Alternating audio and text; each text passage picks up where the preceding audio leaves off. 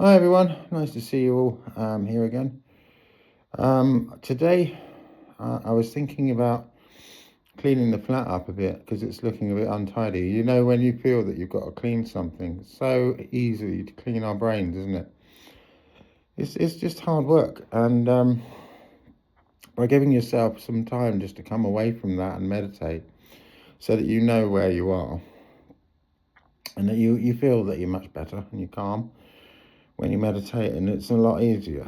So I'm going to take a couple of minutes today to discuss with you a little bit about stressful situations. Um, so, stresses within our daily life, our work life, they're avoided, aren't they? Well, excuse me, because they're prominent and they rise their heads quite often. I think that they are avoidable. So with me, I mean, it was difficult for me when I was working. I didn't want a boss. I didn't really feel that there was that much of a need for one because I was my own boss and I quite enjoyed my own company and I did quite well with it. But now I think that because I've sort of become selfless and become kind of in my own hermitage, if you like, at my stage of life, and I think that it's nice because I don't have to kind of answer to anyone, even myself. You know, now I just sort of go with my inner samadhi, and to be honest with you, reaching samadhi is really important if you can do it, and if you're a yogi, then go for it because it's amazing, and if you're not a yogi, then go for it as well. And one of the things about that is it's just a stress reliever by any means because you don't have to think anymore. Your thoughts are no longer your own. You go into a disillusionment. There's so many phases of it, but you go into disillusionment at one of the phases, and that's the phase that I found the most difficult. And I was working with it and I was thinking, I am completely without faith about this. I don't know where I am and what am I doing? Who am I talking to? Who am I with? Who do I trust? You know, and all that sort of stuff. And it was a bit scary. And so I decided that that wasn't what I wanted to do. So I just said, okay, well, this is what I've got to do. I read up about it a little bit more, and I read my own book that I was writing, and I read back on it, and there was a couple of passages in there which were making me feel that the motivation skills that I had when I was running my company was a little bit more than needed, and to give people that sort of great pep talking, it's great, but to give them too much is obviously teaching themselves, and then you have no good energy yourself. So then you would kind of, you get a little bit more drained. So I'm going to talk about the frequency that we have in our sacrum today. If you don't know what a sacrum is, it's the orange part of our chakras, which is just situated just below the belly, about an inch or so below the belly, and it's on our backs. And it's an orange. It's like a beautiful burnt orange color. If you can imagine a beautiful burnt orange color, like the Swami's robes or something like that color. That's where we're going to kind of imagine that we are today, or well, that's where we're going to be.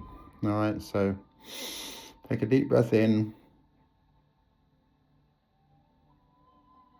and exhale,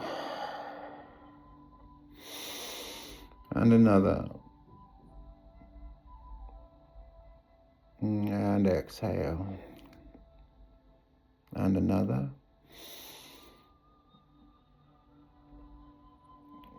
and exhale, and one more, and exhale. Okay. So I want you to now be grounded in your seat, and I want you to feel that your eyelids are relaxing. The muscles around your eyes are relaxing. Your tongue, release your tongue into your shoulders now, working our way down through the spine, onto our down to our lower back. There. Okay. Medallion. Go down a bit longer. There you go, coccygeal. Okay. And then I want us to just let it stay there for a minute. Now, I want you to imagine now in our coccygeal where we are. That's basically where our sacral is, and sometimes it's overworked. And what we have to do when it is overworked, it is not vital, but it is important that we show each other that we can meditate on our own or meditate on our own volition. What it does is it's making stuff up. So it's basically the one that is producing, is the product of our own achievements and our own motivation. Okay, so I just want us to imagine there a really lovely orange color. Just go into the orange there, where the coccygeal is on the back. That's where you feel it. Wherever it is you feel it, that's yours. And I want us to give thanks and gratitude today because we are still children of God, and we know that our senses do have they do have a way of telling us about the way that we have a survival instinct, and we err on the side of caution when we're doing our motivation skills because we don't know what's around the corner. So just breathe in that color. Imagine that you're breathing in saffron. And I don't know if you've ever smelled saffron, but it's a beautiful smell. It's quite a distinctive taste and smell. The color's beautiful. Anyway, turmeric as well. Oh, okay.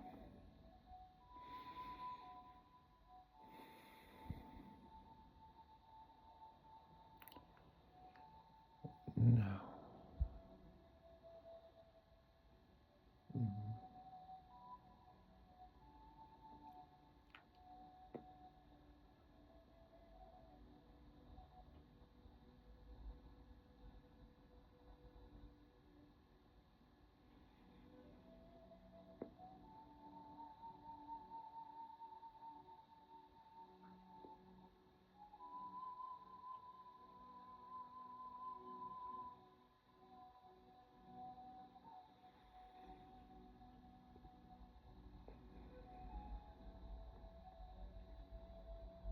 I just feel the peace around there.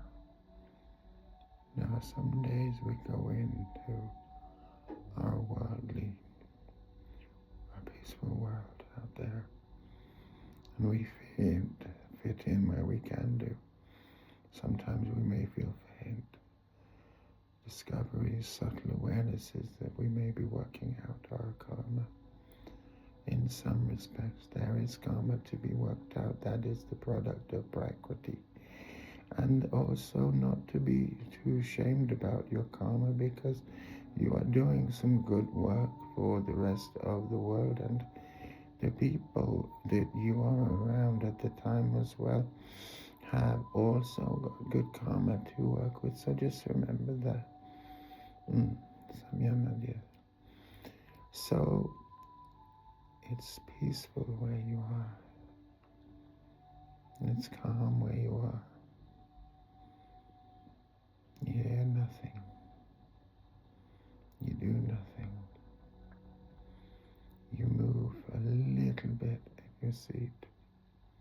If you can, stay there. Now if you're in lotus, upper lotus, that's okay too. But it's also, don't forget, for all ages, so it will be what it is for any of us who are aged.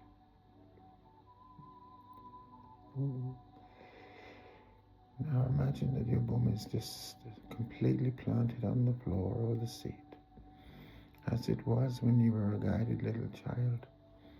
And I want you to imagine that that you can go around a bit more on the scoot, or you can try and get up onto your knees. Now what you can do is you can tell yourself that you weren't thinking that you could be able to do that, and it turned into something different.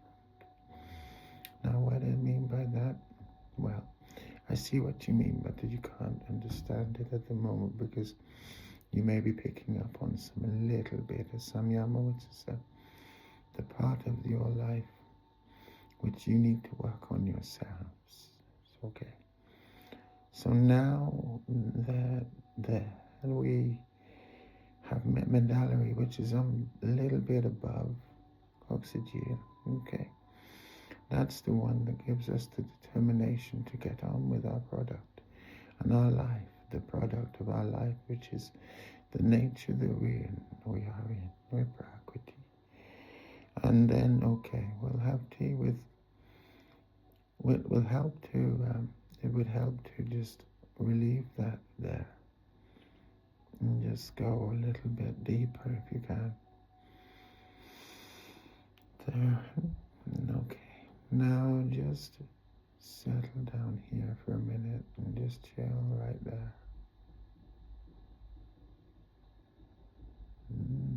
See the difference? Feel the difference. Notice the little changes that have been made. Come up again in my mind.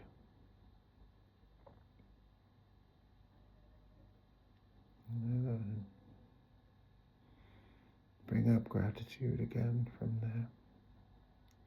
Up into your heart. That's it. And then put it back down again where I know where you are. I can see that now. That's it.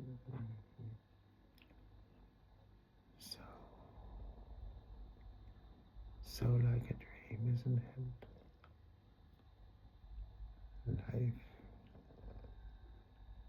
is sometimes a little bit less motivational than we want it to be, because we don't seem to be able to get up our bottoms, because if we can't, then we didn't.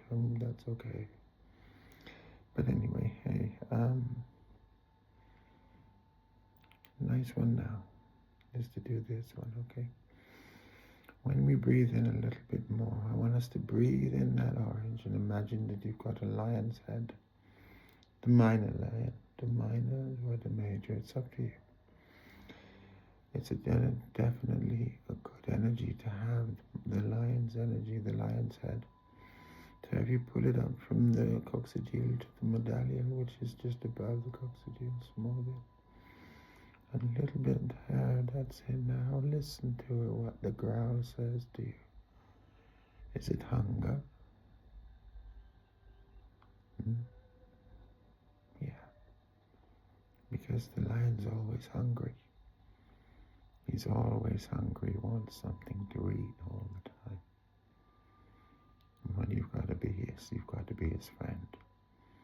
But don't overfeed him, because then he'll get greedy and he'll get one up on you. And you'll know about it. The lion.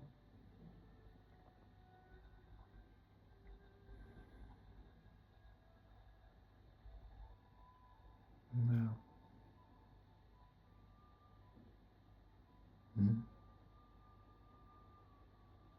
Listen to him. Listen to him purr. Or her, could be a lioness, it's up to you.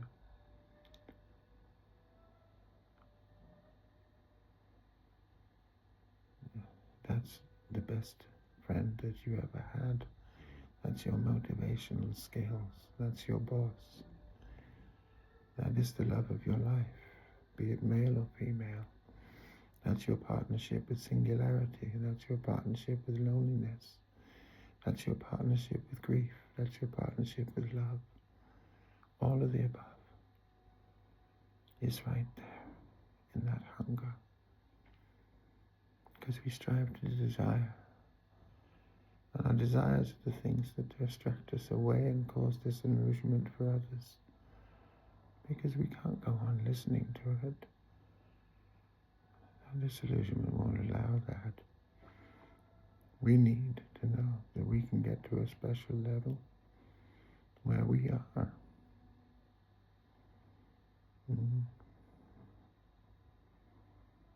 Near Kaivalya.